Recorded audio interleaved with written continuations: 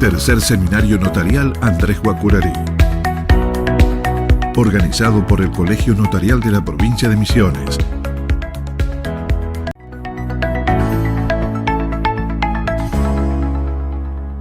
En este segmento vamos a contar con la presencia de la escribana Karina Vanessa Salierno. Para aquellos que no la conocen, voy a hacer una breve referencia a su currículum.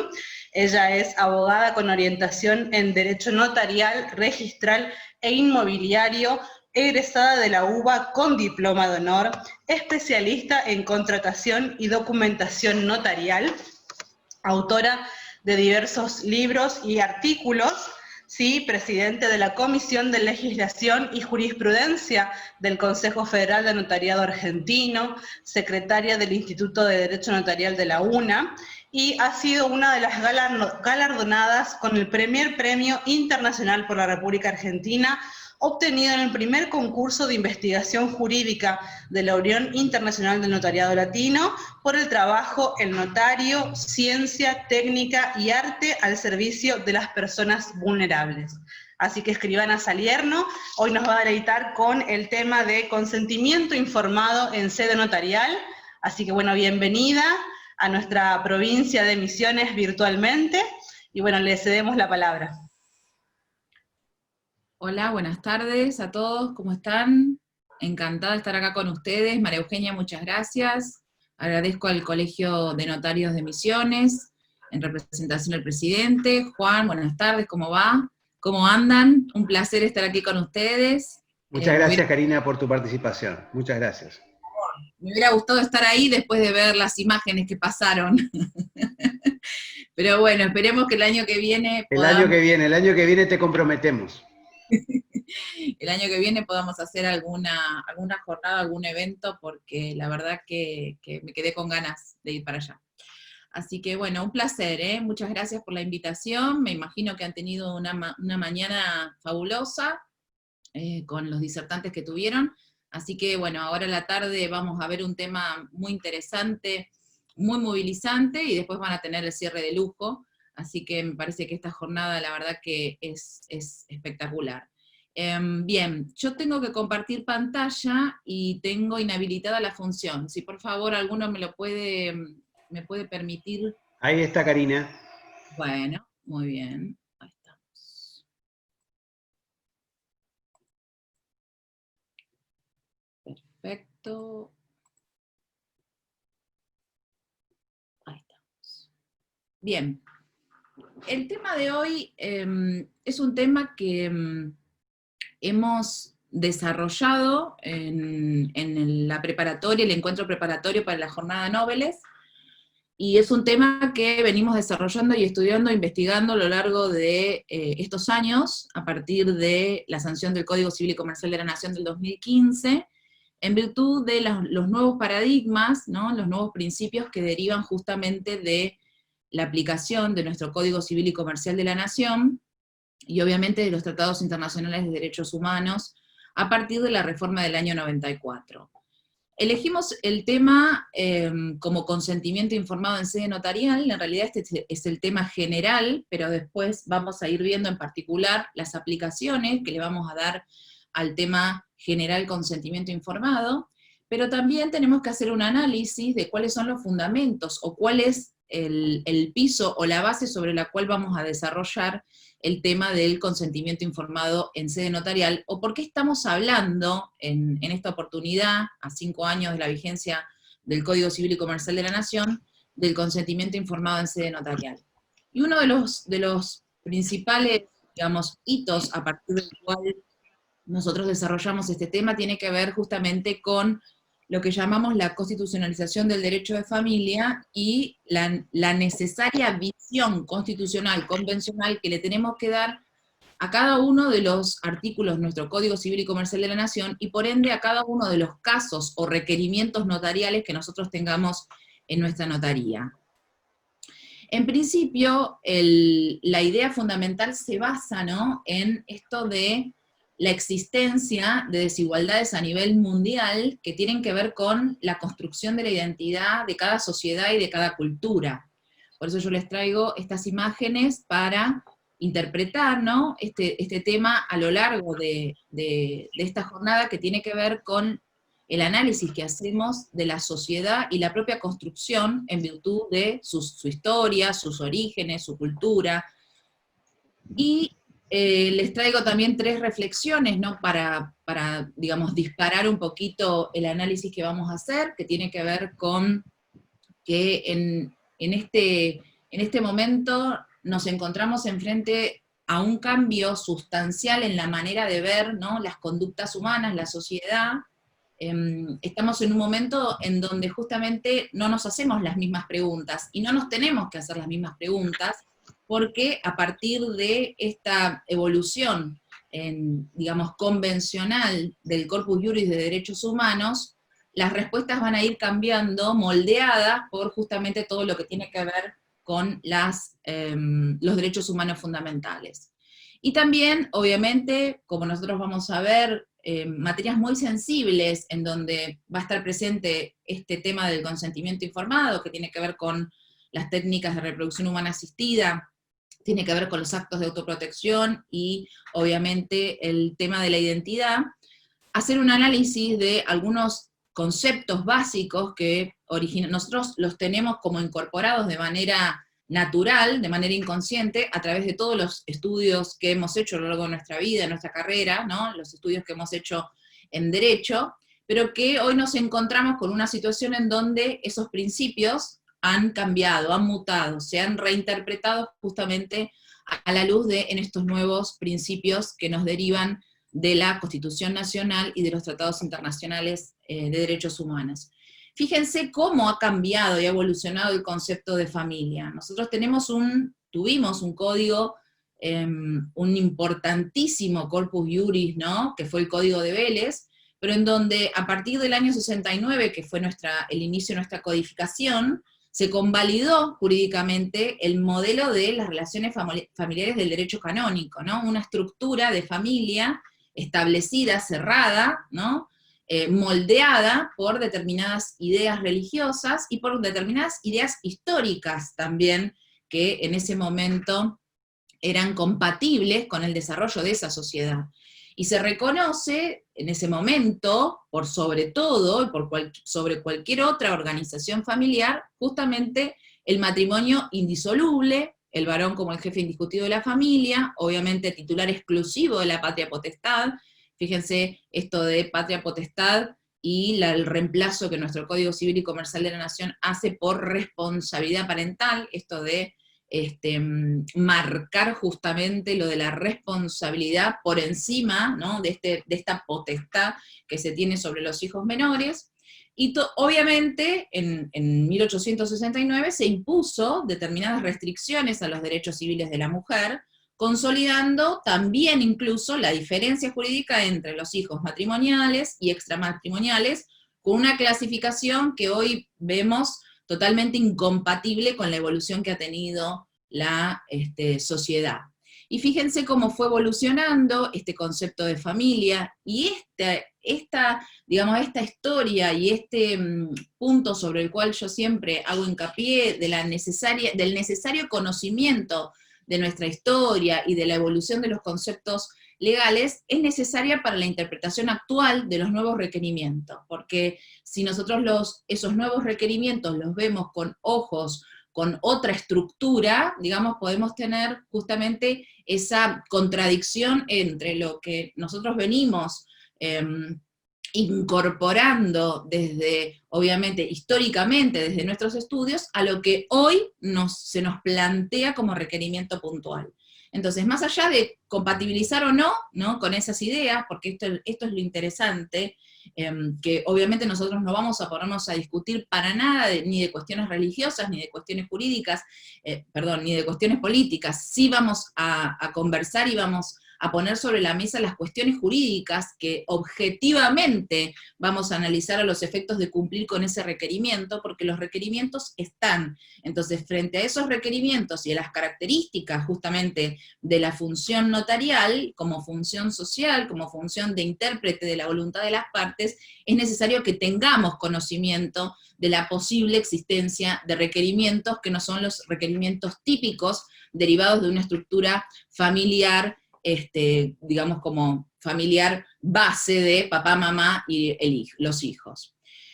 Bien, fíjense que a lo largo de los años, de a poquito se fue modificando esta concepción y fue evolucionando el concepto de familia. Fíjense que nosotros con la ley 11.357 se comenzaron a despertar estos derechos civiles de la mujer, otorgándose la plena capacidad a la mujer soltera, casada, viuda, divorciada, y se equiparó a la mujer casada con el hombre, ¿no? Y tenía obviamente ese derecho a trabajar, a ejercer su profesión u oficio y a administrar libremente los bienes fruto de esas actividades. Nosotros también tenemos reflejo histórico de cada uno de estos cambios, justamente por el control del asentimiento conyugal y el análisis que tenemos que hacer de la legitimación a la hora justamente de autorizar un acto dispositivo, por ejemplo. A partir de 1968, la ley 17711 otorgó a los cónyuges la libre administración y disposición de los bienes, con obviamente la excepción del 1277. Y eso también significó un hito muy importante en la configuración familiar y en las relaciones conyugales. Y obviamente digamos, este avance, esta estructura, esta proyección, se consolida en el 2015 con la unificación del Código Civil y Comercial de la Nación, y la estructura que tenemos hoy de, obviamente, la libertad de administración y disposición de bienes con la exigibilidad del asentimiento conyugal en el caso de bienes gananciales, porque todavía tenemos esta estructura de régimen patrimonial, matrimonial de orden público, que es el régimen de comunidad, y una advertencia como un principio fundamental sobre el cual se desarrolla todo el Código Civil y Comercial de la Nación, que van a ver en la segunda parte de esta tarde, que tiene que ver con la protección del derecho humano a la vivienda. Por eso se justifica entonces el asentimiento conyugal en los casos del artículo 456. Y todo lo que significa, en realidad, este análisis que venimos haciendo de los cambios históricos, tiene que ver con esto de, ¿no?, la metamorfosis unida justamente a la importancia de los derechos humanos después de la posguerra, y el cambio de paradigma que ha significado la incorporación de los derechos humanos en la pirámide jurídica o en el corpus iuris interno, ¿no?, de cada uno de los países, de cada una de las naciones. Por eso se habla de la democratización de la familia. Y esta democratización de la familia nosotros la vimos también a partir de nuestra legislación interna, y nuestra legislación interna que comenzó a receptar criterios internacionales de derechos humanos. Fíjense, la ley 23.515, obviamente de divorcio vincular, cambia ese paradigma de matrimonio indisoluble que nos venía impuesto obviamente de la colonización, ¿no?, la transferencia del derecho español cuando sucede la colonización, la 23.264 de patria potestad, en donde se equipara a todos los hijos, es importante, es también un punto de inflexión en nuestra evolución legislativa, la ley 23.264, y esto de la interpretación de la necesidad de la patria potestad conjunta, por el ejercicio que representa frente a los hijos ambos progenitores. La reforma del 94, obviamente con la modificación que se hace en el artículo 75, inciso 22, también es un hito fundamental que nosotros no debemos olvidar a la hora de hacer un análisis de cada una de las herramientas que se nos presentan en nuestra notaría para utilizar para un requerimiento específico. Obviamente, ¿por qué? Porque esta modificación en el año 94 tiene, ¿no?, una interpretación específica con relación a la existencia de determinados grupos que requieren mayor protección, y mayor protección no solo del Estado, sino de la sociedad toda, y de nosotros también como funcionarios públicos, como operadores del derecho en ejercicio de una función pública, a la hora de la interpretación de ese requerimiento.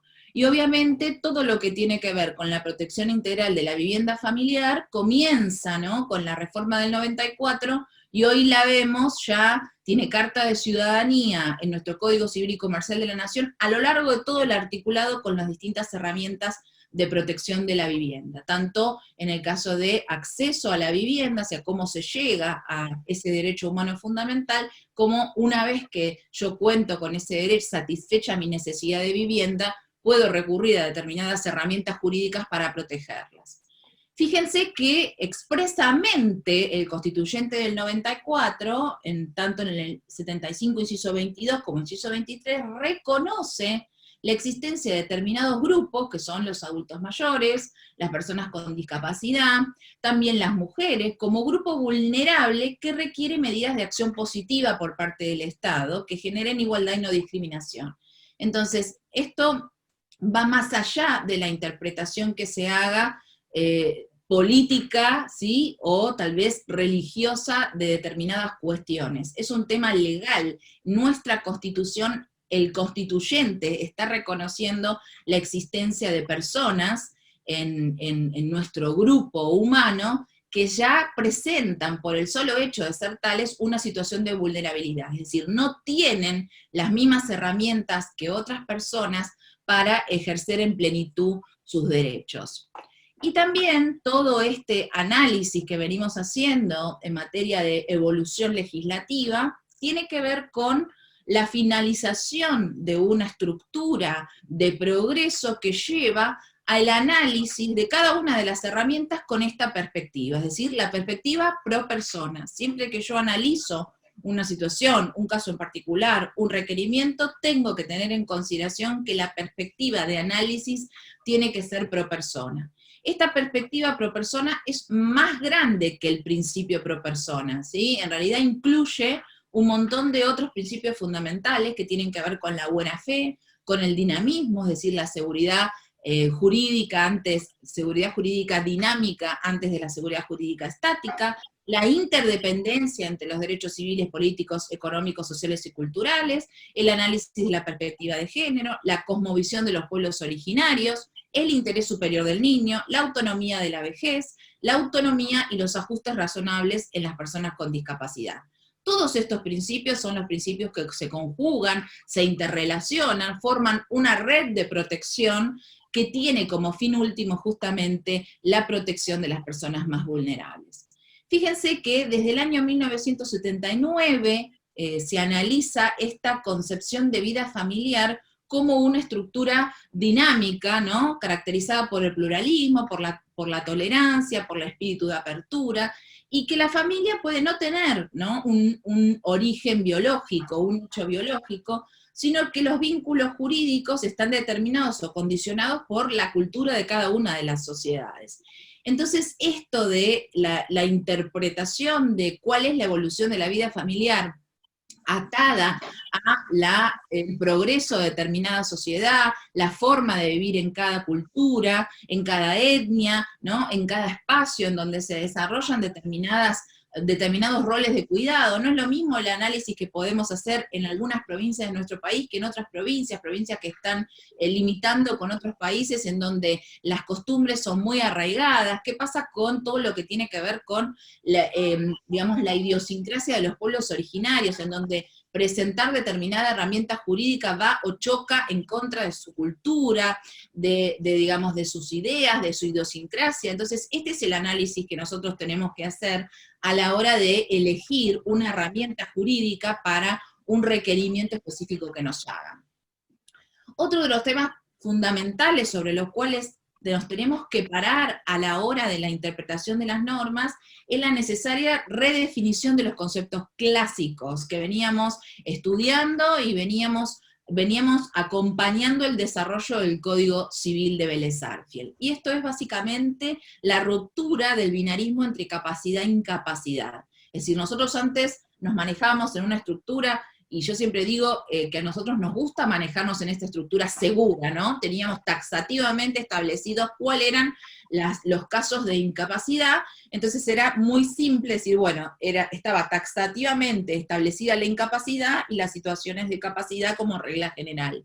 Ahora tenemos una situación intermedia, un abanico de posibilidades en donde se enmarca la capacidad restringida, en donde nosotros como operadores del derecho tenemos que salir a interpretar los términos de esa sentencia de restricción de capacidad, a ver si el juez realmente ha restringido la capacidad de esa persona, le ha designado un apoyo que la asista. Entonces después la pregunta va a ser, en la escritura, ¿deberá comparecer solamente el apoyo, como antes comparecía solamente el curador en los casos de incapacidad, o tiene que comparecer el apoyo y la persona cuya capacidad ha sido restringida? Bueno, este es el análisis que se tiene que dar en cada caso de interpretación de los textos de las sentencias en donde se restringe la capacidad. Porque las primeras sentencias fueron bastante complicadas y eran de difícil lectura a los efectos de interpretar si realmente a esa persona se le había designado un apoyo, una persona de asistencia para, digamos, realizar o formalizar el acto de manera asistida, ¿no?, complementaria, o se le había designado una persona en ejercicio de la representación. Entonces, si hay una representación, justamente hay, digamos, un cambio de sujeto, es decir, el sujeto viene en representación de esa persona que no va a comparecer a la escritura, porque en ese caso sería una persona incapaz. Y en este sentido es muy importante tener en consideración que la incapacidad en nuestro Código Civil y Comercial de la Nación está establecido como la última ratio, ¿sí? En el caso, el Código es muy claro en este sentido, al establecer que el momento de declaración de incapacidad tiene que ver con una estructura de imposibilidad absoluta de vinculación con el mundo exterior, y en el caso en donde todos los apoyos no hayan tenido éxito, entonces el juez va a declarar la incapacidad. Mientras tanto, todas las otras situaciones van a ser situaciones de capacidad restringida. Con respecto a los menores de edad, lo que nosotros antes estábamos acostumbrados a denominar menores de edad, hoy la terminología se ha cambiado por niños, niñas y adolescentes. En realidad este corte a los 13 años entre los niños y los adolescentes es importante porque visibiliza esta categoría de adolescentes, ¿no? Justamente porque antes siempre se hablaba de la infancia, de la niñez, pero no se hacía, digamos, una distinción entre el niño de 5 años y este niño hoy adolescente de 16 años, que en virtud de su desarrollo particular, ¿no?, subjetivo, puede tener aptitud, habilidad, es decir, no va a ser capaz desde el punto de vista de la limitación etaria de la capacidad legal, pero sí va a tener aptitud justificada en algunos de los artículos del Código de Fondo para formalizar el acto, como por ejemplo lo que tiene que ver con la competencia bioética del menor, y esto de que a partir de los 16 años, la persona, el adolescente, con relación a los actos que tienen que ver con el cuidado de su propio cuerpo, es entendido como un adulto. Y en este sentido, el cambio o la redefinición de conceptos clásicos tiene que ver con la mutación de esta infancia objeto de protección a esta infancia y adolescencia como sujeto de derecho, como presente en el acto, presente desde el punto de vista de su escucha, ¿no? Esto del derecho del niño a ser oído, la posibilidad de intervención en determinados actos jurídicos en donde ese niño o adolescente es el sujeto principal, ¿no? Es digamos, el protagonista de ese acto jurídico que se va a realizar. Y esto de obviamente, la mutación del concepto de capacidad de ejercicio a la aptitud o competencia, que con relación a los derechos personalísimos, esa es la denominación que le damos, es competente para, ¿no? Esto deriva del derecho internacional, Gillig Competence, una denominación del derecho anglosajón, que es aptitud o competencia para ejercer determinados derechos que en realidad básicamente tienen que ver con sus derechos personalísimos. Obviamente, el principio de autonomía progresiva, que si esto va de la mano con, ¿no?, la interpretación de la autonomía progresiva por un lado, y el ejercicio de la responsabilidad parental, cómo se vinculan estos dos criterios fundamentales, obviamente el interés superior del niño y el derecho del niño a ser oído. Con respecto entonces a esta estructura, yo no quiero ahondar en este tema porque solamente lo presento como bases o pilares fundamentales sobre los cuales podemos construir el tema de consentimiento informado. obviamente también está esta diapositiva, está establecida de esta forma porque me interesa que veamos cómo funciona como tipo escalera, ¿no? De más a menos o de menos a más, en relación a el ejercicio de la representación hasta los 13 años, que sería la primera infancia, en donde hay falta o escaso grado de madurez, la asistencia, ¿no? Digamos, reemplazamos el concepto rígido de representación por un concepto de asistencia, en donde es necesario tener conocimiento de la voluntad de ese adolescente, y digamos, el límite que marca este cambio de representación-asistencia son los 13 años, que es el ingreso a la adolescencia, y obviamente de los 16 a los 18 años un concepto de autonomía, que en realidad va a estar dado exclusivamente con uno de los temas fundamentales, que es la competencia bioética del menor en el ejercicio de sus derechos personalísimos. En este sentido, yo siempre les pongo este diagrama, ¿no? En donde en el centro se encuentra el niño, la niña, alrededor la familia, la sociedad y la cultura. Fíjense que es muy fuerte esto de cómo tengo que interpretar el interés superior del niño dependiendo de su estructura familiar y dependiendo de en qué sociedad, digamos, cultural, ¿no? En qué desarrollo cultural este niño está inmerso. Y obviamente alrededor nosotros tenemos todo lo que tiene que ver con el aporte de las neurociencias, los vínculos afectivos, el enfoque de los derechos, el Estado, cómo tiene que estar presente en esta situación en particular. Este tema del interés superior del niño también es importante tener en consideración. La Convención de los Derechos del Niño, en su ámbito subjetivo universal, interpretado por UNICEF, habla de las 3 P con relación a justamente los roles de cuidado de los niños y adolescentes. Esto es protección, provisión y participación. Esto de protección, obviamente, derivado de todas las redes de cuidado, y todos somos redes de cuidado de los niños, niñas y adolescentes, por lo tanto hay que estar atentos frente a alguna situación que se puede dar dentro de la escribanía, dentro del estudio jurídico, nuestra oficina, ¿no? La provisión, que esto más tiene que ver con todo lo que es política pública, y la participación, y acá sí también es importante el derecho del niño a ser oído, tener esa visión, ¿no? Ampliada de cuál es, bueno, en una autorización de viaje es una cosa, pero una autorización para cambiar de domicilio permanente, viajar a otro país para asentar su domicilio en otro país, es conveniente que participe a prestar su conformidad con esa decisión de sus progenitores, o situaciones en particular que tienen que ver con los bienes de los niños, niñas y adolescentes. Entonces, este concepto fundamental de interés superior del niño, tan trillado y tan nombrado en un montón de fallos, en realidad es un derecho, desde el punto de vista de los niños, niñas y adolescentes, es un principio de interpretación sobre el cual hay que desarrollar todas las herramientas jurídicas, y obviamente es una norma de procedimiento dentro de el proceso en donde exista el interés de un niño o niña adolescente.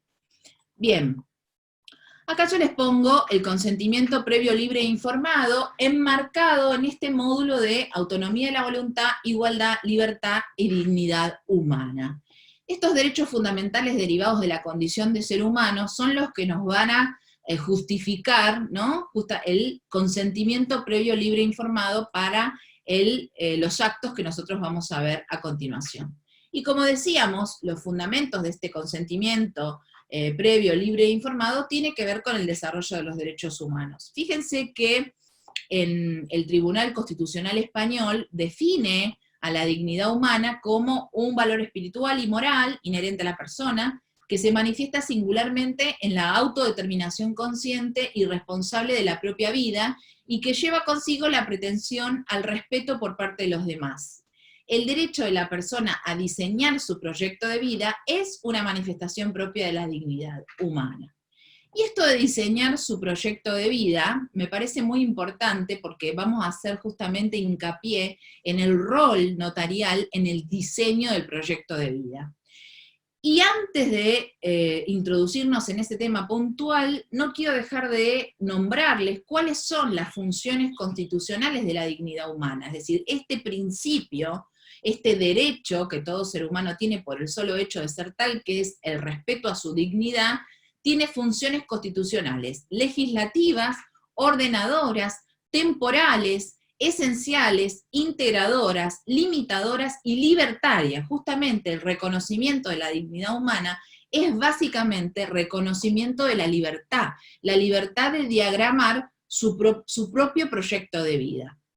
También el fundamento del reconocimiento del proyecto de vida, de la dignidad humana, basada justamente en la libertad de diseñar el proyecto de vida, tiene que ver con el proceso, ¿no?, notarial de interpretación de esa voluntad. Fíjense que en nuestro Código Civil y Comercial de la Nación se establece cuál es el rol del notario.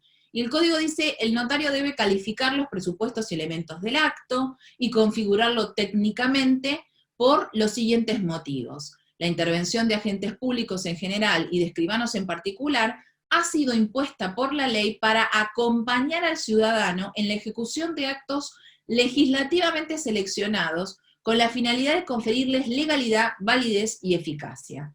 Esta finalidad se obtiene a través del asesoramiento, la configuración técnica y sobre todo la adecuación de la voluntad a lo expresado y narrado luego en documentos matrices que son conservados, archivados y exhibidos a quienes detenten interés legítimo.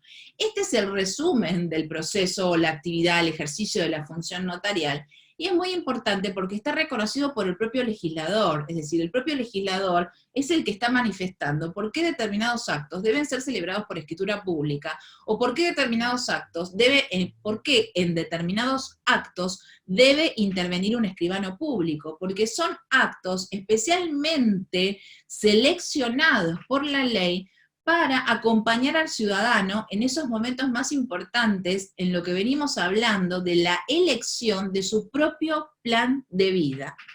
Cuando logremos que la sociedad interprete esta función social del escribano, es cuando realmente vamos a poder desarrollar plenamente todas nuestras funciones. Es decir, cuando logremos comunicar la necesidad de nuestra presencia en virtud del cuidado y la garantía que significa la protección del propio plan de vida, es cuando realmente vamos a haber cumplido nuestros objetivos fundamentales como garantes de la seguridad jurídica y el objetivo fundamental de la justicia preventiva.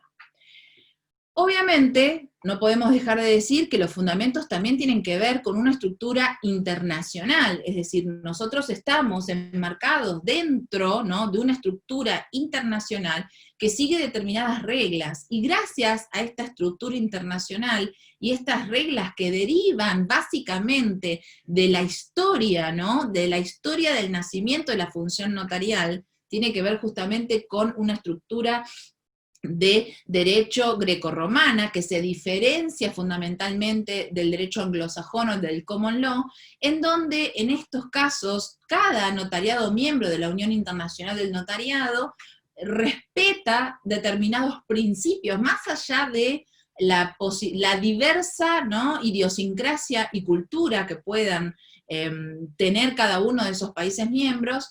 En cuanto a los fundamentos de la función notarial, todos participan en estos fundamentos o principios que son la base de la subsistencia del notariado y del actual reconocimiento fundamental de la intervención del notario en los procesos jurídicos. Básicamente tiene que ver con, obviamente, el asesoramiento y la orientación a los particulares de los efectos y consecuencias del acto. Esto es algo que no se ve. Yo cuando hablo de consentimiento informado, consentimiento libre e informado en la notaría, ¿no?, dentro de la función notarial, tiene que ver con esto, con el asesoramiento, con la orientación, ¿no?, con las posibilidades que yo puedo brindarle dentro de ese requerimiento en particular. Le puedo brindar un abanico de posibilidades de configuración del negocio que usted está pidiendo, informándole cuáles son las consecuencias, positivas y negativas,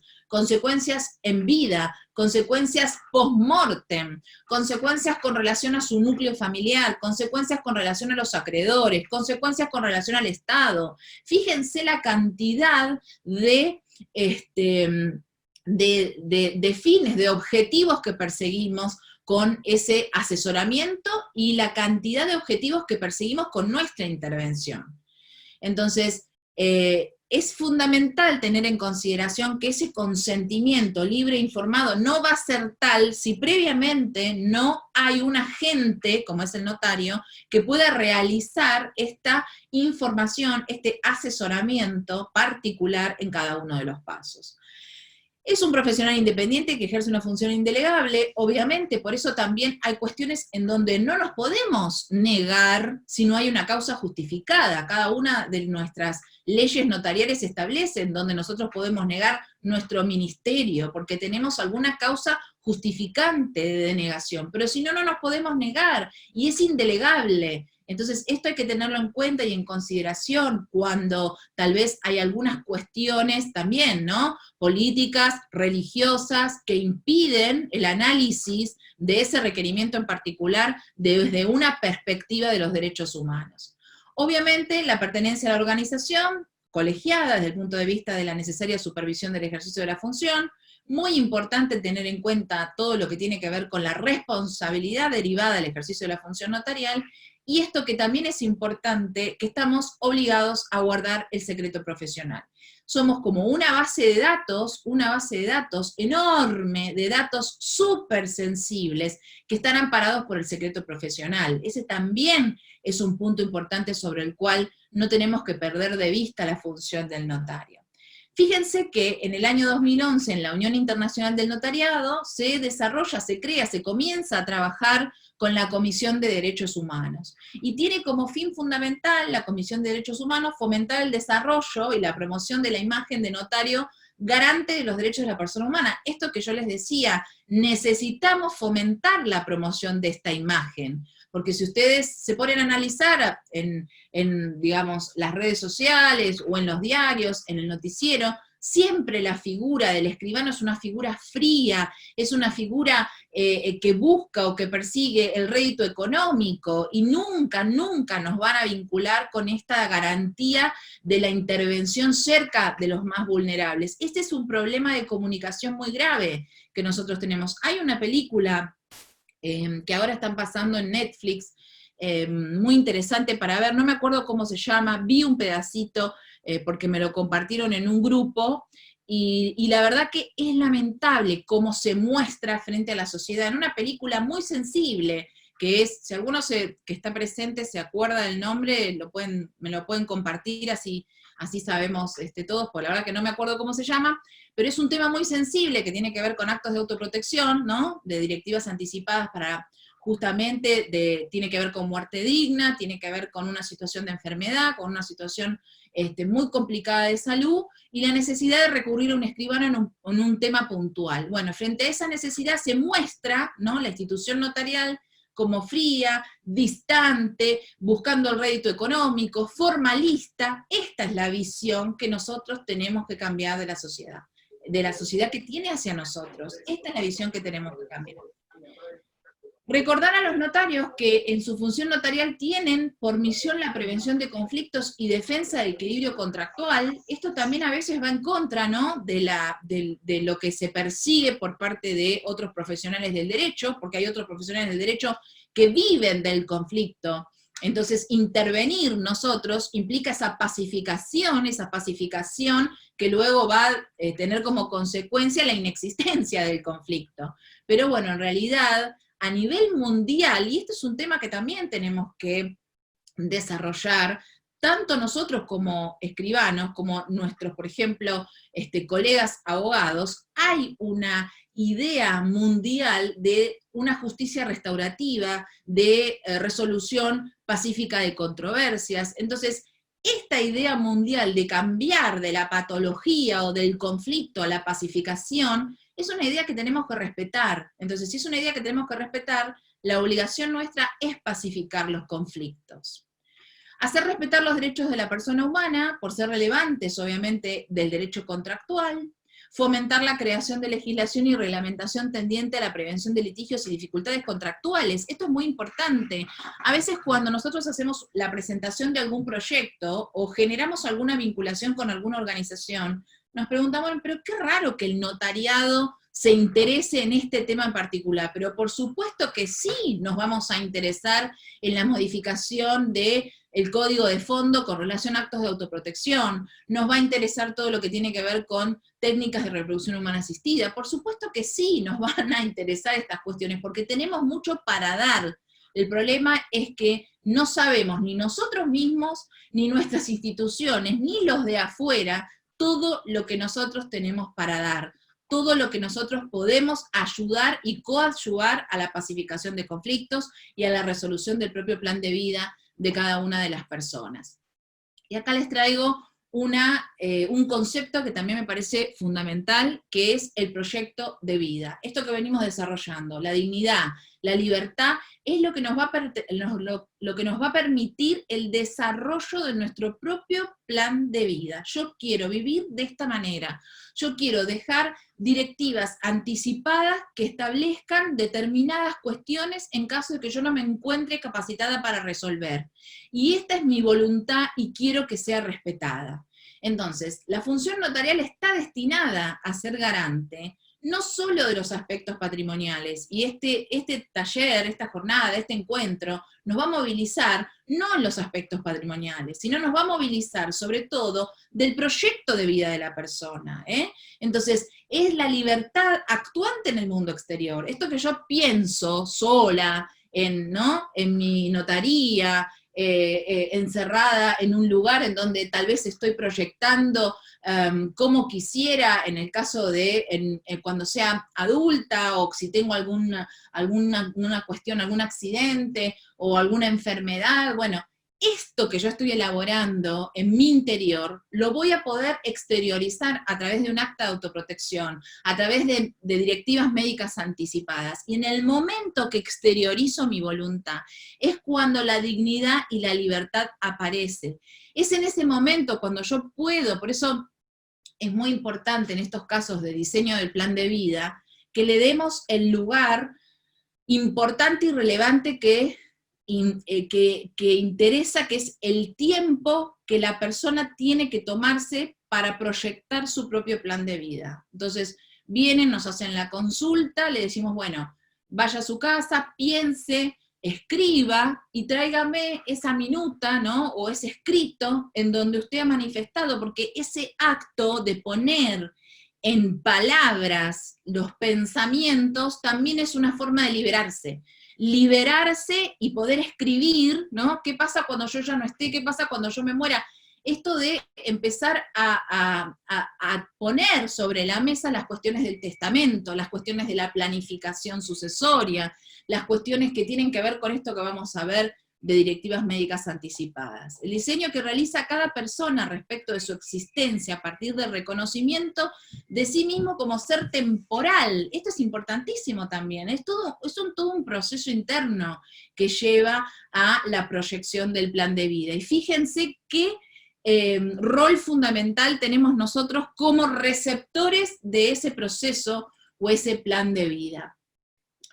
Y acá les pongo una definición de Fernández Cesarego, ¿no? Una reflexión que es muy importante en este sentido de la interpretación del plan de vida, ¿no? El derecho fue creado para proteger, en última instancia, la libertad personal, a fin de que cada ser humano, dentro del bien común, pueda realizarse en forma integral. Es decir, pueda cumplir con su singular proyecto de vida, el mismo que es el resultado de la conversión de su libertad ontológica en acto, conducta o comportamiento. Es decir, traducir esa libertad en acto.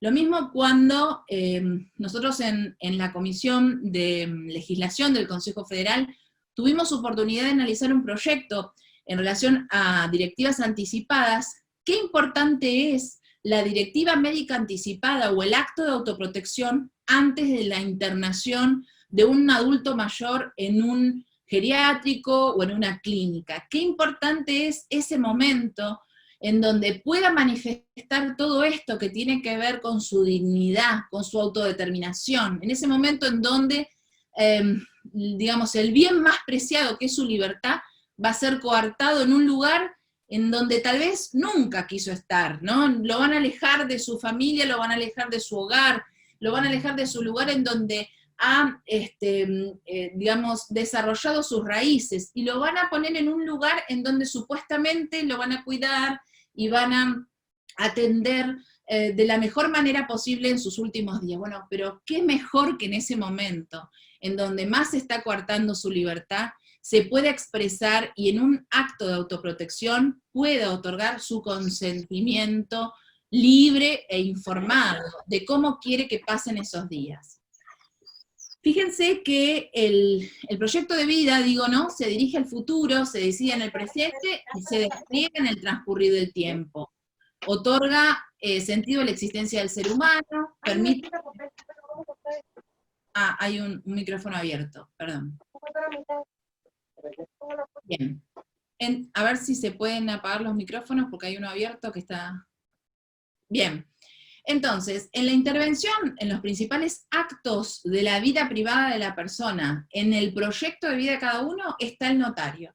Fíjense, estamos en la protocolización de la voluntad procreacional en las técnicas de reproducción humana asistida, que va a derivar después en una importantísima base de datos para el ejercicio del derecho de identidad de los niños y niñas nacidos de técnicas de reproducción humana asistida.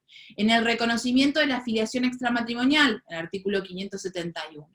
En los actos en donde interviene el niño, niño adolescente y la competencia bioética del artículo 26. En las autorizaciones de viaje, en las directivas médicas anticipadas y los actos de autoprotección. No sé, estamos hablando no de dos herramientas diferentes, sino que dividimos porque los actos de autoprotección son más grandes que las directivas médicas anticipadas, y ahora vamos a ver, artículos 59 y 60, nombramiento de tutor, curador, y la posibilidad también, ¿por qué no?, de nombrar apoyo por escritura pública. En el caso de los derechos de las personas con discapacidad, la importancia no solo en la estructuración de la planificación sucesoria a través de la mejora estricta del 2448, sino también, y fíjense qué importante es la intervención de estas personas con discapacidad desde el punto de vista de su vinculación con la nueva tecnología, con los desarrollos tecnológicos, esto de interpretar que estas personas con discapacidad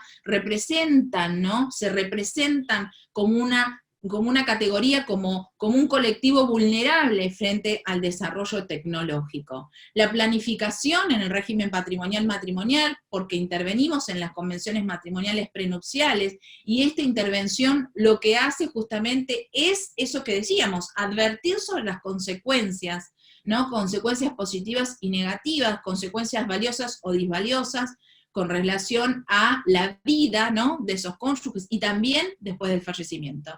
La planificación sucesoria, todo lo que tiene que ver con la intervención en el contrato de donación, y con todo lo que significa el contrato de donación, el análisis de la posibilidad de la constitución de derecho real de usufructo, uso o habitación, la partición no solo en el caso de la planificación sucesoria y la partición una vez que la persona ha fallecido, sino el análisis de la herramienta de partición por ascendiente por donación, el testamento como acto jurídico unilateral importantísimo, ¿no?, con eficacia post-mortem, y obviamente los pactos sobre herencia futura del artículo 10 del Código Civil y Comercial de la Nación. En esta labor, en este trabajo de interpretación y de la necesidad de que ese consentimiento que presta el requirente sea un consentimiento libre e informado, la utilización del lenguaje es esencial. ¿Por qué? Porque en esa utilización, en ese lenguaje que el notario utiliza, que no solo es un lenguaje escrito ni oral, sino también es corporal, es cómo yo me presento, y eso es lo que les decía de la película, ¿no?, cómo se presentaba frío, distante, el notario frente a un requerimiento tan complicado que tenía que ver con una directiva médica anticipada, en el caso de muerte digna. La forma, ¿no?, legal que nosotros vamos a elegir, a seleccionar a partir de esa calificación y configuración, esa forma legal es una forma que debe ser interpretada por el requirente.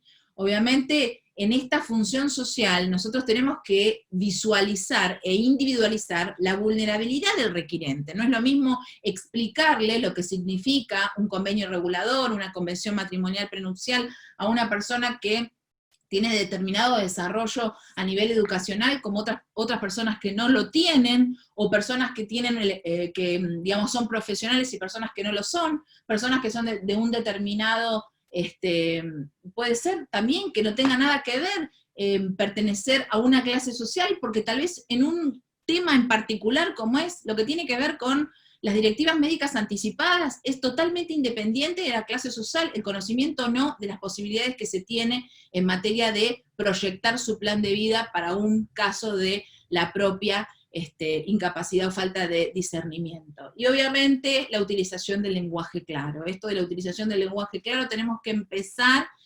empezar a desarrollarnos en justamente lo que tiene que ver la utilización de un lenguaje claro, de un lenguaje que represente fácilmente para el requirente, para el lector, para el consumidor, el negocio jurídico que está a punto de realizar.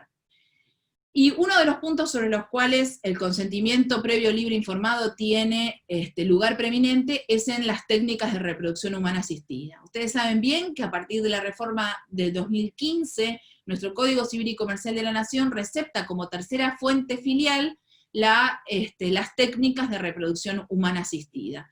Esta recepción como tercera fuente filial lo que produce es una ruptura absoluta, ¿no?, del vínculo biológico y es reemplazado por un vínculo volitivo, ¿no?, por la voluntad procreacional como eje fundamental de la vinculación de la filiación.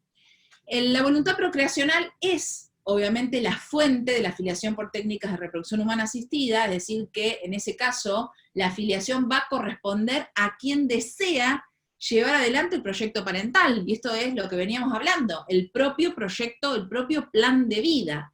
Entonces, si yo quiero llevar adelante este proyecto parental, y esta voluntad procreacional va a ser el título de atribución de la filiación de manera formal en las técnicas de reproducción humana asistida, fíjense la importancia de la preservación de ese consentimiento previo, libre e informado. ¿Y qué es la voluntad procreacional? ¿Qué es lo que nosotros vamos a tener como fuente de ese vínculo filial? Es, en definitiva, el deseo de tener un hijo, sostenido por el amor filial, que emerge de la constitución subjetiva de la persona. Esta es una definición de Gil Domínguez. Es la intención de crear vida, es el acto volitivo, decisional y autónomo, y emerge, obviamente, de ese acto, que es muy importante, la responsabilidad procreacional. Entonces, acá de nuevo insistimos, ese asesoramiento es un asesoramiento con ventajas y desventajas, si se me permite. Es un asesoramiento con consecuencias actuales y futuras. Entonces, aquí está la importancia de la intervención notarial. Fíjense, ¿qué es el consentimiento informado? El consentimiento informado es la declaración de voluntad efectuada por un paciente. Esto es la definición de consentimiento informado, básicamente o específicamente el médico, ¿no? El consentimiento informado médico, es el efectuado por un paciente quien luego de recibir información suficiente referida al procedimiento o intervención quirúrgica que se le propone como médicamente aconsejable, decide prestar su conformidad y someterse a tal procedimiento. El artículo 7 de la Ley 26.862, de acceso a técnicas de reproducción humana asistida, dice que tienen derecho a acceder a los procedimientos y técnicas de reproducción médicamente asistida toda persona mayor de edad, de conformidad con la Ley 26.529 y su decreto reglamentario. Y en el año 2014 se estableció por la resolución 561 un modelo, no fíjense, modelo de consentimiento informado bilateral en caso de técnicas de reproducción humana asistida. Y cuando hablamos de consentimiento informado, tenemos que decir cuáles son las características de este consentimiento informado. Primero debe ser previo, ¿no? Por eso decimos que el consentimiento tiene que ser manifestado con anterioridad a dar comienzo con la práctica médica, tanto la extracción de material genético como la inseminación artificial y la implantación de embriones. El problema es que a veces, cuando hablamos, y ahora lo vamos a ver, de consentimiento informado y en la posibilidad de hablar de fecundación post-mortem, hay que analizar si este consentimiento previo es tan importante cuando, por ejemplo, los embriones ya están crioconservados, ¿sí? Porque una cosa es el consentimiento informado para la extracción de material genético o para la inseminación artificial que cuando ya el embrión se encuentra crioconservado y solo resta la implantación. Debe ser informado, ¿no? ¿Por qué? Informado de los aspectos médicos, los aspectos legales, éticos, económicos, consecuencias psicológicas, posibilidades de éxito, riesgos y condiciones. Esto de informado con relación a las consecuencias legales. Es muy pobre la información que las parejas que se someten, o las personas que se someten a técnicas de reproducción humana asistida, reciben en el instituto médico, en el sanatorio, con relación a los efectos legales del consentimiento informado y de la técnica que van a realizar. Por eso también nosotros tenemos que estar, digamos, conscientes de la importancia del asesoramiento en este caso, con relación justamente a cuáles van a ser las consecuencias legales de ese consentimiento informado para realizar la técnica de reproducción humana asistida. Debe ser libre, ¿no? Con lo que nosotros venimos estudiando de tantos años del acto voluntario, discernimiento, intención y libertad, sin coacción ni presión. Esto de sin coacción ni presión está bastante discutido en derecho comparado, no solo en técnicas de reproducción humana asistida, sino también en lo que tiene que ver con actos de autoprotección y directivas médicas anticipadas, porque en realidad depende también del momento en donde se expresa ese consentimiento informado, más que nada en directivas médicas anticipadas, ¿no? Es decir, realmente este consentimiento es libre, sin coacción ni presión. Si yo estoy en una situación, digamos, de urgencia, en una situación límite, ¿este consentimiento realmente puede ser libre? ¿O siempre va a estar con algún tipo de coacción o presión llevado mismo por la situación, digamos, límite por la que estoy pasando? Esto se está discutiendo en Europa justamente, y todo lo que tiene que ver con este consentimiento previo y el plazo, porque por ejemplo, yo puedo prestar mi consentimiento para determinada, o para no, que no se me suministre determinado procedimiento médico en el año 2020, pero resulta que en el año 2025 la evolución de la medicina y de la ciencia, que esto es tan importante, ha desarrollado técnicas a partir de las cuales lo que yo en el 2020 ni siquiera pensaba que podía tener resultado positivo, en el 2025 tiene un resultado positivo y no es un tratamiento invasivo. Entonces también esto es muy importante, hacer el análisis del tiempo que ha transcurrido a partir del momento en que yo otorgué mi consentimiento informado y la práctica médica que se lleva a cabo. Médico, ¿no? Porque debe llevarse a cabo en un centro médico y producirse en un documento sanitario originariamente, porque la ley desconoce las prácticas caseras o la autoinseminación. Fíjense que esto de las prácticas caseras, que parece que estaríamos hablando de algo que no puede llegar a existir, tenemos varios fallos en donde se presenta justamente un consentimiento informado casero para una práctica casera que ya se desarrolló, y se presentan los progenitores de ese niño que ha nacido en virtud de esa práctica casera, pretendiendo la atribución de la filiación por técnicas de reproducción humana asistida. Técnicas, digo entre comillas, porque en realidad la técnica de reproducción humana asistida es técnica de reproducción humana médicamente asistida. Esto es, necesito sí o sí pasar por un centro médico. Esto es política legislativa. Usted me puede decir, bueno, pero si yo presté mi consentimiento informado, es bastante indistinto que sea en un centro médico o que sea una práctica casera. Bueno, no.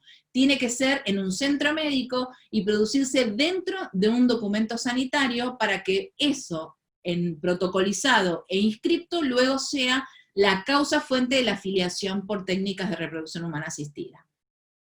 Y después dice protocolizado. Esto protocolizado es ante escribano público, es decir, yo tengo como nueva incumbencia a partir del Código Civil y Comercial de la Nación la posibilidad entonces de protocolizar, ¿no? De transcribir en mi protocolo este consentimiento médico que se ha realizado en un documento sanitario para darle matricidad, para conservarlo, porque después vamos a ver las consecuencias que tienen que ver con el derecho a la identidad de ese niño o niña adolescente, la importancia de la matricidad del consentimiento informado para las técnicas de reproducción humana asistida. Y en este momento en donde se realiza la protocolización, es donde el escribano tiene una labor muy activa, porque pareciera que la protocolización es digamos, es una actividad pasiva del escribano en el sentido de que solo debe protocolizar, transcribir a su protocolo lo que viene dado a especie de, entre comillas, minuta, ese documento sanitario, lo único que hago es protocolizarlo. Bien, esta protocolización no es tan pasiva, esta protocolización debe ser activa, porque yo ahí es donde necesito asegurarme que ese consentimiento ha sido debidamente informado con respecto a lo que decíamos los aspectos legales. Es decir, han tenido en consideración cuáles eran las consecuencias de ese consentimiento en caso de separación de los cónyuges, por ejemplo, en caso de divorcio, en caso de muerte de uno de ellos, en caso de una situación de capacidad restringida. ¿Han evaluado esas posibilidades a la hora de expresar ese consentimiento informado? Y si no lo han evaluado, yo debo asesorar en ese sentido. Y si, por ejemplo, desea generar un acto con virtualidad post-mortem, voy a asesorar con respecto a la posibilidad de otorgar un testamento, para que justamente ese consentimiento informado, médico, libre, protocolizado, tenga los efectos post-mortem que el requirente quiere que tenga en caso de que un accidente, podemos poner también un plazo, ahora vamos a ver que nosotros no tenemos legislado en materia de consentimiento informado post-mortem, pero hay muchos fallos que así lo han establecido, la posibilidad de establecer un plazo justamente para la virtualidad, la eficacia de ese consentimiento informado post-mortem. Y tiene que estar inscrito en el registro civil, después del nacimiento, mediante la presentación del testimonio de la escritura pública, para justamente darle ese emplazamiento filial por las técnicas de reproducción humana asistida, que va a ser la voluntad procreacional como fuente fundamental. Fíjense que la ley 26.529 consagra, entre otros derechos, el principio o el derecho de autonomía de la voluntad de los pacientes, y dispone que el consentimiento informado es un acto necesario para todo tipo de procedimiento médico que se lleve adelante entre médico y paciente. Y lo define en el artículo 5 como la declaración de voluntad suficiente efectuada por el paciente o por sus representantes legales en su caso, emitida luego de recibir por parte del profesional interviniente información clara, precisa y adecuada respecto a su estado de salud, el procedimiento propuesto, con especificación de los objetivos perseguidos, los beneficios esperados del procedimiento, los riesgos, molestias, efectos adversos previsibles, la especificación de los procedimientos alternativos y sus riesgos, beneficios y perjuicios en relación con el procedimiento propuesto, y consagra también la revocabilidad de la decisión del paciente en cuanto a consentir o rechazar los tratamientos. Fíjense que todo esto tiene que ver con un aspecto médico, pero los aspectos legales a veces son muy pobres. Entonces, cuando se reclama digamos, al cuerpo notarial el tema económico, ¿no? Porque siempre la crítica que se hace de la intervención notarial o a la necesidad de la formalización de determinado acto por escritura pública tiene que ver con un tema económico, fíjense qué aspecto importante va a recaer sobre el escribano, que es justamente el asesoramiento legal de las consecuencias médicas que han sido explicadas en ese documento sanitario que nos llega a nosotros a protocolizar. Entonces, también tenemos un problema fundamental en nuestra legislación en la actualidad que tiene que ver con los dadores de material genético y cuáles son las consecuencias legales de la dación de material genético. Todo lo que tiene que ver con el anonimato y el derecho a la identidad. Nosotros en nuestro país tenemos un anonimato que se podría llamar anonimato relativo, es decir, los dadores de material genético están, ¿no?, cubiertos por sería como el derecho al anonimato, porque si no, lo que se dice en ciencia y en bioética es que si no existiera o no existiese el anonimato, empezaría a decaer la cantidad de dadores de material genético, pero frente a determinadas circunstancias, ese niño o niña nacido de una técnica de reproducción humana asistida, en virtud del derecho a la identidad, puede tener conocimiento de los datos, ¿no?, de los datos del dador de material genético. Y ahí está la discusión de qué tipo de dato, ¿no? Toma, digamos, tiene conocimiento ese niño cuyo derecho a la identidad se está ejerciendo, cuántos datos se le pueden dar, si tienen que ver, obviamente, con una enfermedad, datos genéticos, no hay ningún problema, pero hasta dónde puede llegar, es decir, si puede llegar a requerir los datos como nombre, apellido y documento nacional de identidad del dador de material genético. En este caso nosotros también tenemos una problemática porque no tenemos ley especial que regule el tema de los dadores de material genético, y por lo general lo que se vincula es contractualmente el dador de material genético con la clínica. Entonces también podemos llegar a protocolizar o tener requerimiento de protocolización de este tipo, ¿no?, de vinculación contractual a los efectos de establecer las consecuencias legales de esta persona que está justamente siendo dador de material genético. Un tema muy importante sobre el cual nuestro país tiene que avanzar es todo lo que tiene que ver con registro de datos, protección de datos personales, banco de datos y la conservación de todos estos datos, porque fíjense que el final de toda esta historia, de toda esta evolución, tiene que ver con un derecho humano fundamentalísimo, que es el derecho a la identidad. Entonces hay que establecer, digamos, hay que legislar, hay que regular todo lo que tiene que ver con el banco de datos, el registro de datos, el acceso a esos datos y la conservación. Entonces acá tenemos el artículo 561 que establece la protocolización del consentimiento ante escribano público o certificación ante la autoridad sanitaria, y todas las derivaciones de esa protocolización que tienen que ver con la revocación, la guarda, la privacidad y el asesoramiento.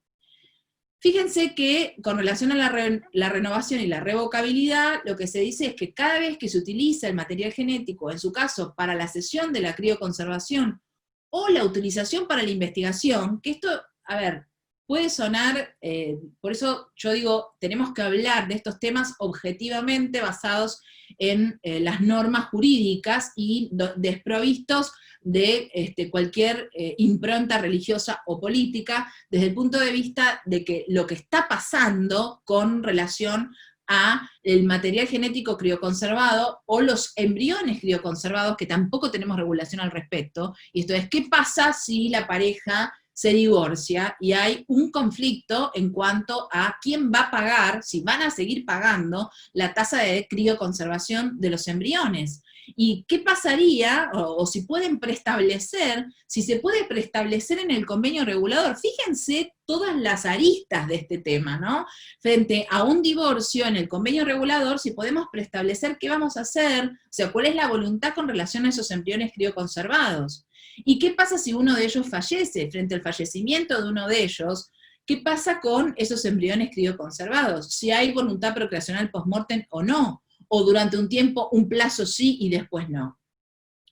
Y es libremente revocable mientras no se haya producido la concepción en la persona o la implantación del embrión. Y este es un punto que es completamente discutible, ¿no?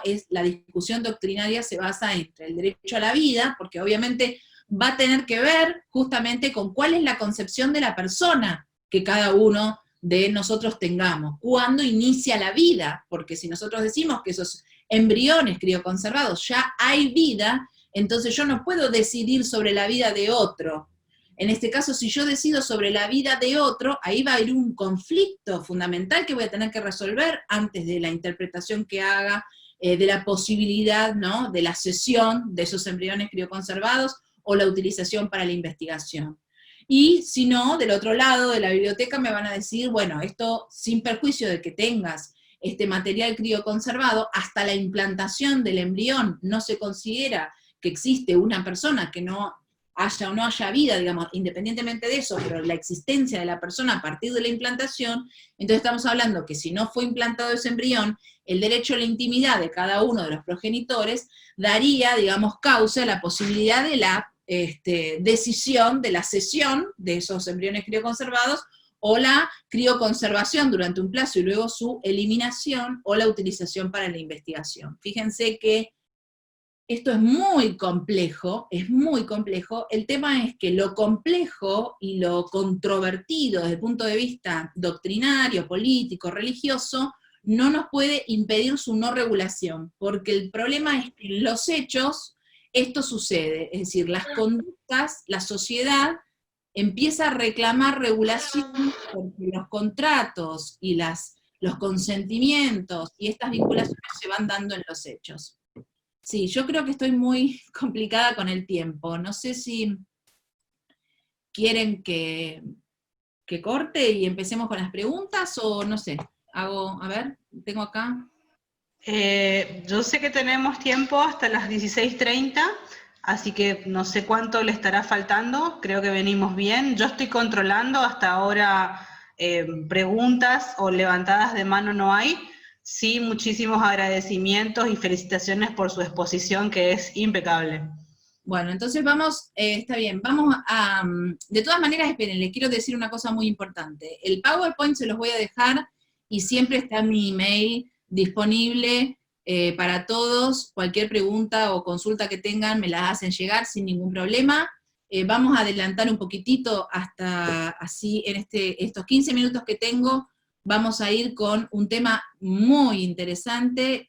Bueno, lamentablemente no llegamos a consentimiento post-mortem. Yo les prometo que en la próxima reunión voy a ir a Misiones y les voy a hablar de consentimiento post-mortem, se los voy a dejar para que lo lean, pero quiero ir a directivas médicas anticipadas, que me parece fundamental que empecemos a desarrollar profundamente este tema, ¿sí? Para terminar y así darle un cierre. Bueno, otro de los puntos sobre los cuales, u otro de los temas sobre los cuales el consentimiento previo, libre e informado es fundamental, como que no, es en el acto de autoprotección o la directiva médica anticipada. Este acto de autoprotección, y yo les traigo una definición, ¿no? Un concepto elaborado en base a los casos que están incluidos en la obra Derecho de Autoprotección de los escribanos Llorens y Alicia Rathmil, ¿no? Publicado en el año 2010, también lo tenemos en el Código Astrea, el Código Civil y Comercial de la Nación, comentan los artículos 59 y 60 de una manera excelente. Para que tengan en cuenta, nosotros estamos también en la Comisión de Legislación del Consejo Federal, haciendo un análisis de un posible proyecto de modificación del Código de Fondo, en materia de actos de autoprotección, artículos 60, 59 y 60, básicamente porque entendemos que el artículo 60 ha receptado, ¿sí?, esto de los actos de autoprotección que tanto hemos venido investigando y desarrollando, y digo hemos porque todos nos tenemos que sentir parte de esta evolución del concepto de actos de autoprotección, porque este es un concepto amplio de acto de autoprotección, a diferencia de lo que sucede en otros países, en donde el acto de autoprotección es exclusivamente directiva médica anticipada. Nosotros hemos evolucionado en ese concepto, en este caso somos pioneros, ¿no? Nos imitan los otros países y nos admiran en la evolución que hemos tenido del acto de autoprotección, porque va mucho más allá de la directiva médica anticipada. Este artículo 60 tiene que ver con el ejercicio del derecho de autoprotección, y es aquel por el cual toda persona con discernimiento puede disponer cómo quiere vivir, fíjense, cómo quiere vivir, y acá estamos con el tema de proyecto de plan de vida, en el supuesto futuro y eventual de que una discapacidad física o psíquica le impida disponer de su vida o comunicar su voluntad. Es muy importante tener en consideración que nuestro concepto de acto de autoprotección es un concepto amplio. No solo incluye directivas médicas anticipadas. ¿Puede incluir directivas médicas anticipadas? Sí, por supuesto. Formalizadas por escritura pública, protocolizadas por escritura pública, registradas en un registro, eso es importantísimo, porque una directiva médica anticipada, manifestada frente a notario, pero sin publicidad, no tiene ningún sentido, va a ser válida, pero no va a ser eficaz, nadie se va a enterar. Al momento en donde el médico pregunte si existe una directiva médica anticipada, basta con que los parientes nieguen la existencia de la directiva anticipada para que no se cumpla con la voluntad de la persona, y estamos hablando de una persona viva, o sea, son directivas anticipadas para la propia incapacidad, es una persona viva que ha manifestado en un momento en donde estaba perfectamente capacitada para manifestar su voluntad, cómo quiere que comiencen a desarrollarse estos cuidados médicos, paliativos, con relación a qué personas desea que la cuiden y qué personas no, con qué médicos ha tenido buenas o malas experiencias. Fíjense que en esto también es muy importante todo lo que tiene que ver con la violencia obstétrica, la violencia en el derecho a la salud, la violencia de los adultos mayores. Hay numerosas denuncias de violencia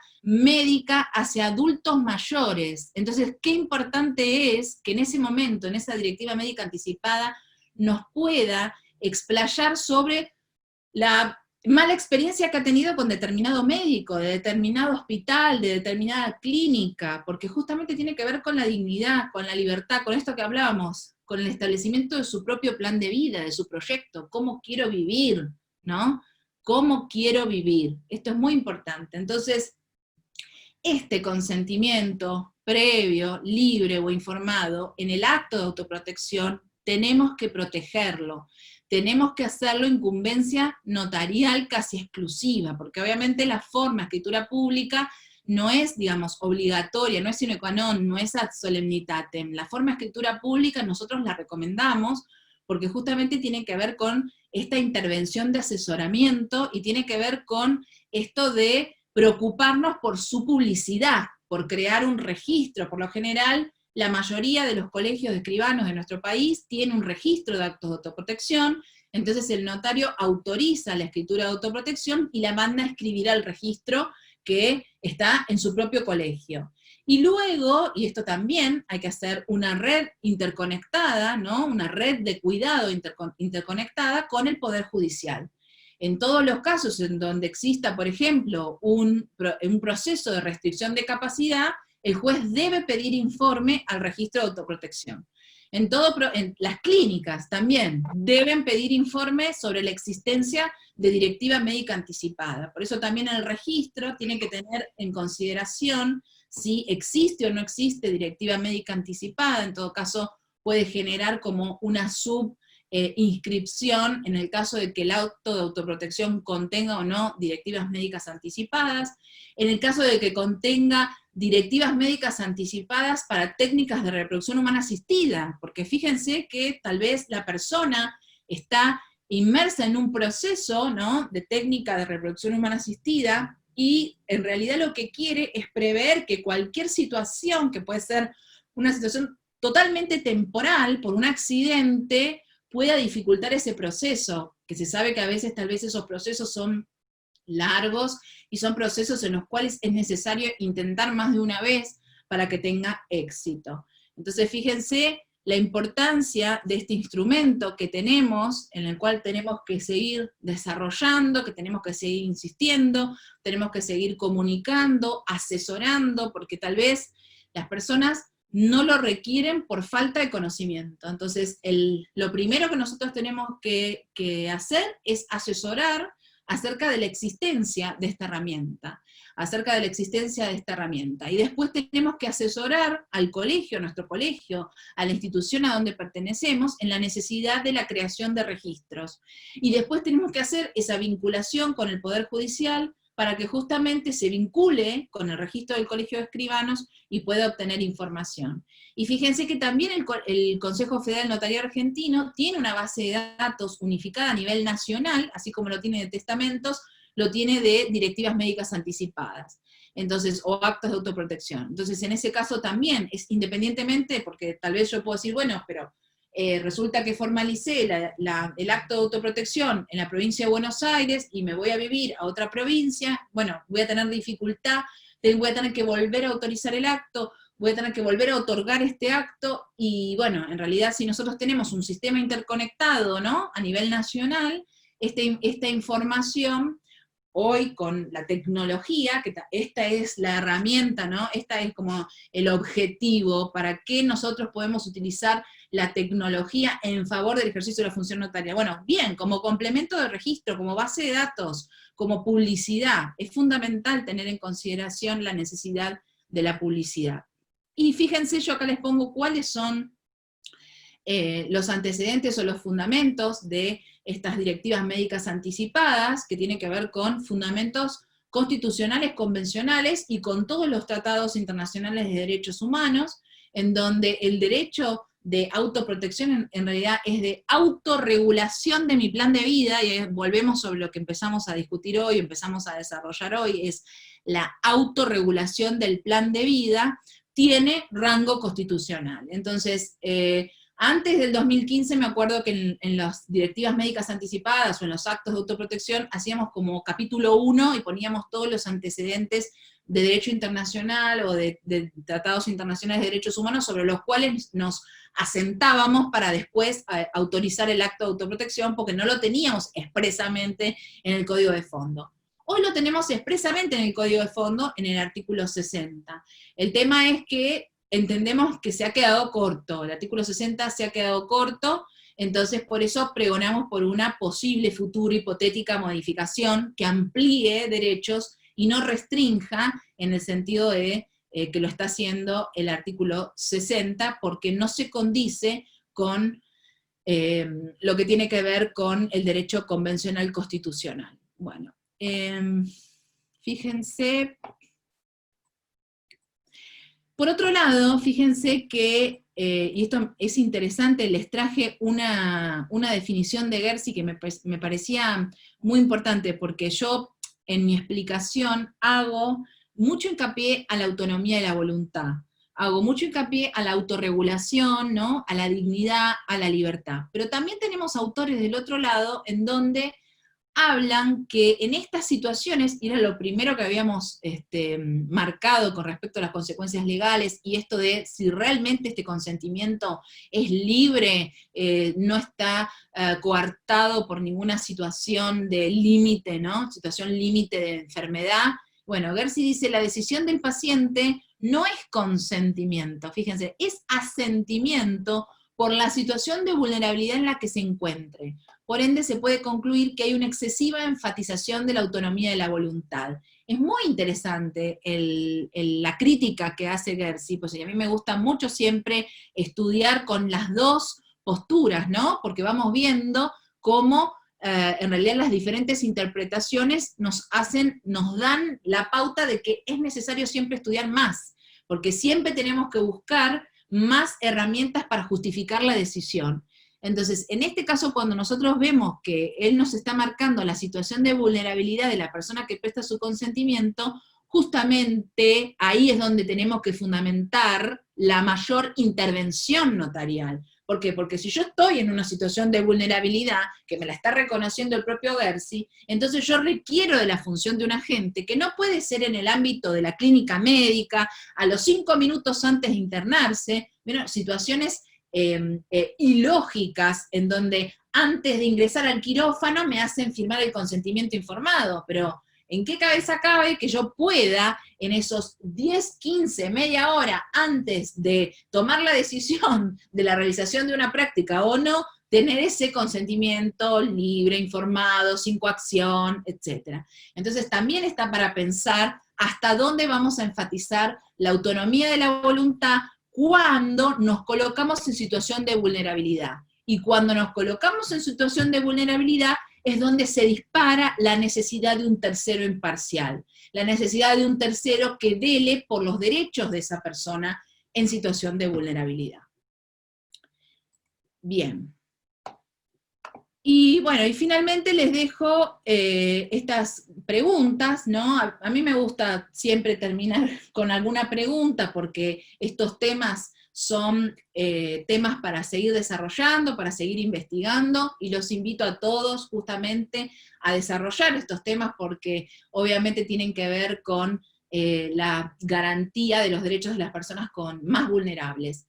Y hablamos de si es correcto o no la referencia que hace el artículo 60 a la persona plenamente capaz, ¿no? Porque el artículo 60 habla de toda persona plenamente capaz puede celebrar directivas médicas anticipadas o actos de autoprotección. Entonces, ¿es correcta la referencia que hace el artículo 60 a persona plenamente capaz? ¿Qué quiere decir esto de persona plenamente capaz? ¿Me está, digamos, borrando todo lo que habíamos evolucionado en materia de capacidad, capacidad restringida, incapacidad, el principio de autonomía progresiva del menor. ¿Qué pasa con ese menor adolescente de 16 años que para el artículo 26 y la competencia bioética del menor con relación a las disposiciones relativas a su propio cuerpo es considerado como un adulto? ¿Entra el adolescente de 16 años en el artículo 60? ¿Y qué pasa si yo tengo un requerimiento de un adolescente de 17 años de actos de autoprotección? ¿Lo voy a autorizar o voy a atenerme a la letra del artículo 60 que habla de persona plenamente capaz? ¿Y qué pasa cuando el artículo 60 dice la referencia a la propia incapacidad? Es decir, cuando habla de directivas médicas anticipadas para la propia incapacidad. ¿Se olvidó de todo lo que vino analizando con relación a capacidad restringida? ¿Y qué diferencia existe entre capacidad y discernimiento? Es decir, la capacidad desde el punto de vista de este compartimiento estanco jurídico, ¿no? Que era tan firme en el Código de Vélez y que hoy sus bordes comienzan a desdibujarse con esto de capacidad restringida y la posibilidad de interpretar el discernimiento como fuente del acto de autoprotección.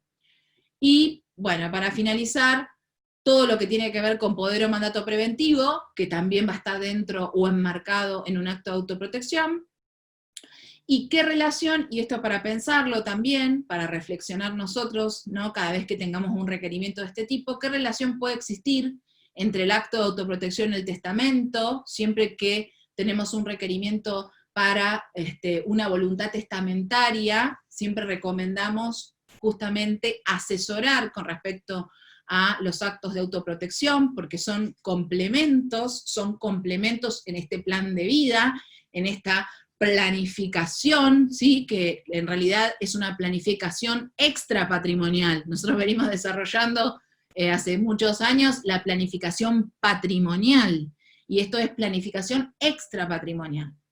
Y obviamente siempre tener en cuenta que todo esto, de lo cual venimos hablando, que es tan importante, no va a ser eficaz si no tiene una buena forma de publicitarse, es decir, los registros, la importancia de los registros de autoprotección o directivas médicas anticipadas, y su vinculación con los centros de salud, obviamente con todo lo que tiene que ver con la generación de una buena base de datos, para que después me dé lugar a toda esta información, y fundamentalmente al derecho a la identidad, que como derecho humano es uno de los más importantes.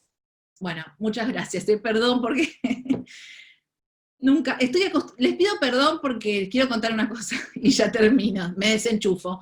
Estoy acostumbrada a las clases de 4, 5, 6 horas sin parar, entonces me cuesta mucho sintetizar, pero bueno, espero que haya servido esta síntesis. No, por demás, excelente, realmente, le digo, en el chat no paran de escribir y de felicitarla por su disertación, que fue excelente. Bueno, voy a ver si alguien levanta la mano para hacer preguntas. Si no, en el mientras tanto, yo aprovecho para 2 cositas que quería precisamente hablar. Que es pregunta / comentario, ¿no? Una de las cosas, estas últimas que estaba diciendo usted, estudiando un poco para lo que fue realizar la ponencia del Encuentro Nacional Virtual que vamos a llevar a cabo la semana que viene en Los Noveles, digamos, en el momento del asesoramiento para la protocolización del consentimiento médico informado en las técnicas de reproducción humana asistidas, yo siempre explico, ¿no es cierto?, que la utilidad, digamos, de esa protocolización y de esa inscripción es que precisamente el niño, niña, adolescente, el día de mañana pueda conocer sus orígenes. Pero, digamos, estudiando y ahora escuchándolo a usted refuerzo, es distinto, digamos, el sentido de recabar información o tener algunos datos, que son los que ocurren actualmente en nuestra república, y ese derecho a la identidad como género, si se quiere, en donde la persona puede llegar a inclusive establecer o querer establecer una vinculación con aquel que fue donante.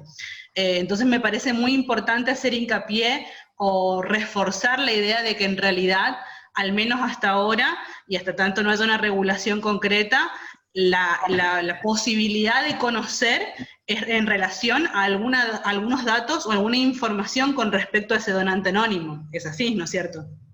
Claro, exactamente. Bueno, eso es uno de los temas que hoy en día a nivel mundial se está discutiendo.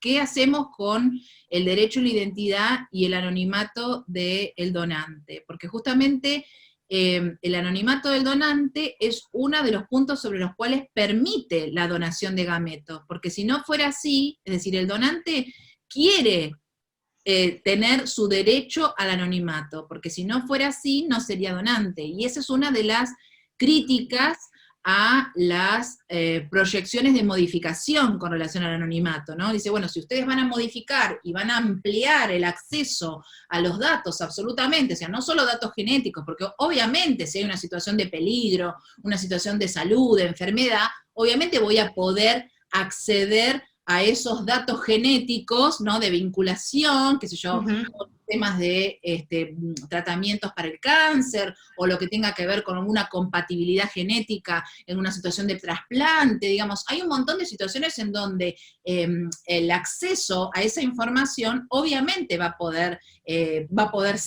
existir, pero hay, digamos, los datos con relación a esa persona, ¿no? Nombre, apellido y DNI, porque digo, la fantasía es puedo ir a tocar la puerta. Claro, yo me doy cuenta que el que recepta ese asesoramiento es como que, imagino que se hace, digamos, o referencia a cualquier película y dice, ay no, claro, qué importante que sepa su identidad y que sepa cuáles son sus antecedentes familiares, y no es así, ¿no es cierto? Entonces ahí es donde, en ese asesoramiento, en esa relación que se hace con el requirente, está muy bueno, digamos, poder delimitar hasta dónde llega la información, ¿no es cierto?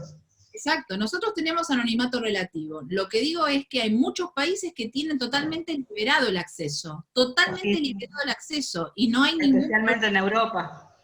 Exactamente, en Europa. Y digamos, tengo derecho también a conocer nombre, apellido y DNI.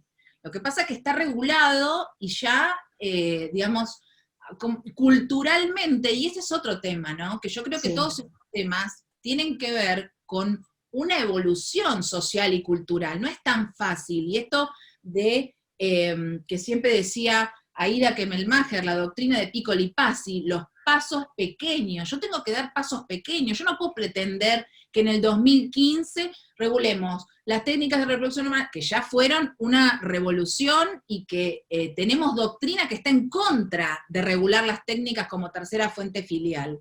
Entonces digo, no podemos regular las técnicas, liberar el anonimato, generar el banco de donantes, es como mucho, ¿no? Es mucho para nuestra cultura social y cultural.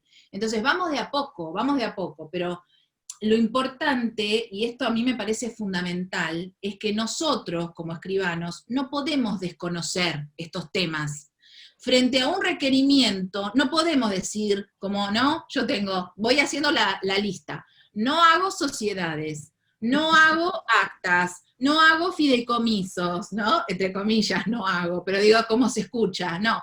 Y bueno, no hago protocolización de consentimiento informado porque no tengo idea de qué se trata. Bueno, no, eso no nos puede pasar. Por eso les decía, los fundamentos de todo esto tiene que ver con cuál es la naturaleza de la función notarial. Entonces, si nosotros sabemos cuál es la naturaleza de la función notarial, sabemos que frente a estos requerimientos no podemos decir, yo esto no lo autorizo, no lo hago, no lo entiendo, no lo sé.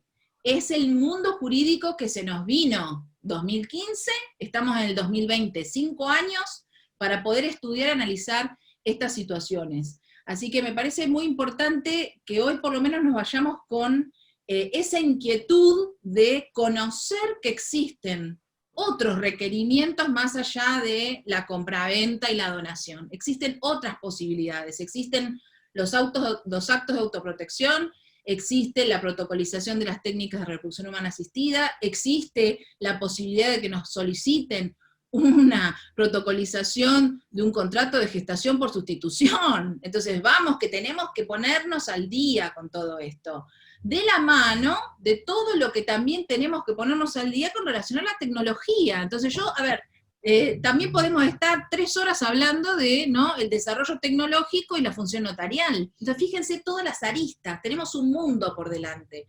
Y eso es lo emocionante de nuestra función. Tenemos esa multidisciplinariedad que hay que asumir esa función social. Y me parece que vamos muy bien.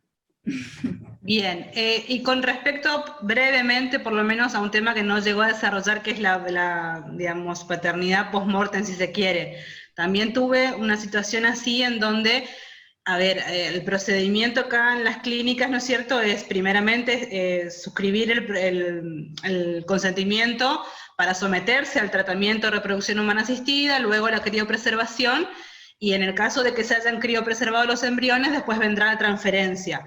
Y el requirente me dice, bueno, yo soy estaba no sé si en la milicia, bueno, la cuestión es que sabía que su vida corría peligro.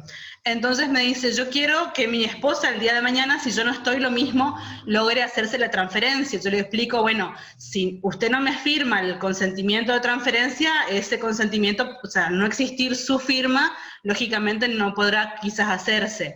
Entonces supuse o opté por decirle, bueno, como acto de última voluntad, usted podrá dejar, aunque sea un testamento hológrafo, expresando esa voluntad para que el día de mañana, en el caso de ocurrir, sea viable. No sé si, digamos, hice bien o no. Exactamente, exactamente. A ver, si fuera en el caso de una situación de un acto de autoprotección, podrías incluirla en una escritura de acto de autoprotección. Por ejemplo, si tiene alguna situación de capacidad restringida, ¿no? Pero si fuera por fallecimiento, en una voluntad testamentaria, por supuesto, voluntad testamentaria de utilización de gametos post-mortem o de transferencia de embriones crioconservados post-mortem. Nosotros no lo tenemos regulado, es decir, nosotros podríamos hasta regularlo, decir, bueno, 1 año después del fallecimiento. Esto después también va a ser cuestión de judicialización. En el PowerPoint yo les dejo fallos en donde la justicia hace mucho hincapié en la existencia o no del consentimiento post-mortem. Dice, bueno, ¿hubo o no hubo? Y en la mayoría de los casos, como nadie sabe que lo puede dejar por escrito, su voluntad de transferencia post-mortem, no hay consentimiento post-mortem. Entonces la justicia dice, bueno, veamos si podemos de los hechos generar un consentimiento presunto. Y ahí es más difícil, porque esto no debería ser presunto, porque esto es voluntad procreacional. Entonces yo tengo que esa voluntad procreacional, no puedo presumir que quería tener un hijo post-mortem, yo tengo que expresarlo, ¿sí? Sí, totalmente. Después, perdón, y no quiero que quede esto, acá hay una consulta sobre actos de autoprotección. Sí, eso quería leer. Bueno, fantástico. El tema es así, con la ley de derechos del paciente se establecía la necesidad de la presencia de 2 testigos cuando el acto de autoprotección tenga directivas médicas anticipadas. Con la modificación del Código Civil y Comercial de la Nación, el artículo 59 no lo exige. Entonces, hay 2 interpretaciones. Una interpretación que dice que el artículo 59 me modificó la Ley de Derechos del Paciente, por lo tanto, no requiero testigos en el acto de autoprotección. Pero nosotros compartimos otra interpretación que dice que en realidad la Ley de Derechos del Paciente es una ley especial, que es como un microsistema, como decía, ¿no? Aida también decía, Aida Kemelmaje de Carlucci, el Código Civil y Comercial de la Nación es un sistema, y alrededor de ese código hay microsistemas, ¿no? Ley de Defensa del Consumidor, Ley de Derechos del Paciente, leyes que no se han derogado, pero que vienen a complementar ese código de fondo. Entonces, como esta es una ley especial, yo tengo que interpretar código de fondo con ley especial. Por lo tanto, si tengo acto de autoprotección que contenga directivas médicas anticipadas, nosotros entendemos, y así lo dejamos en el modelo de acto de autoprotección que se había subido a la página del Consejo Federal, la presencia de los 2 testigos, ¿sí? Los 2 testigos si contiene directivas médicas anticipadas. Y siempre es conveniente, para después su mejor publicidad, dividirlo en capítulos, y cuando vamos a directivas médicas anticipadas, poner capítulo 2, directivas médicas anticipadas, y que esté bien definido cuál es la parte que después va a ser más fácil para el registro poner en su base de datos y luego publicitar en caso de consulta que haga el juez o digamos, el juez en caso de restricción de capacidad, o el sanatorio, o el hospital, en el caso de que sea el médico, ¿sí? Perfecto, bueno, ahora la escribana Flavia Hurt tiene una consulta también. Sí. Buenas tardes. Sí. Bueno, mi consulta iría en el tema del artículo 60, que habla de plena capacidad. ¿Cómo va con el caso de los penados más de 3 años, cuando el Código Penal sigue manteniendo la curatela? Y si en caso de ser afirmativa la respuesta, si esa directiva podría tener cuestiones patrimoniales, cuando tienen limitado la administración y disposición por acto entre vivos. Bueno, a ver, el tema es así, el Código Penal no se ha modificado, la situación es esa, y nosotros tenemos una situación en donde se contradicen las normas del Código de Fondo y las normas del Código Penal. Tuvimos una consulta, y yo lo consulté a nivel Poder Ejecutivo, y lo que dicen es que acá no hay forma de interpretar de otra manera. Nosotros podríamos interpretar que, independientemente de la norma del Código Penal, el Código Civil y Comercial de la Nación, interpretado con los tratados internacionales de derechos humanos, podrían dar lugar cuando es el ejercicio de derechos personalísimos. Ahí vos me decís, bueno, incluyo las cuestiones patrimoniales.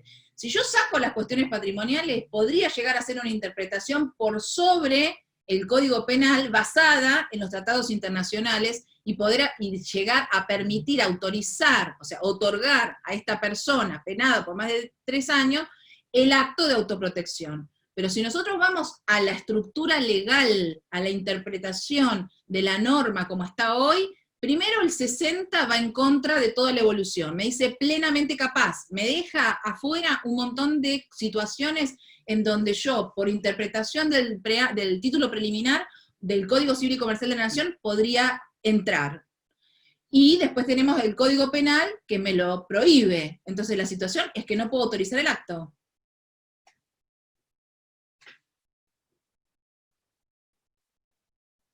¿Sí? Muy Sí, bien. gracias.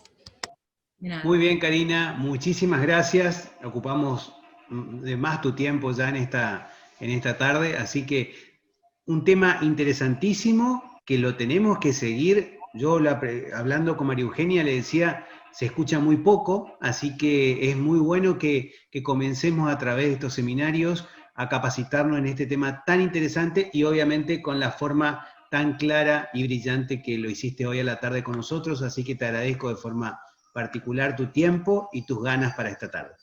Bueno, muchas gracias, un placer haber compartido la tarde con ustedes y a disposición para lo que necesiten. Ahora les subo el PowerPoint, ¿sí? Perfecto, y compartimos entre todos. Muchas gracias, Karina.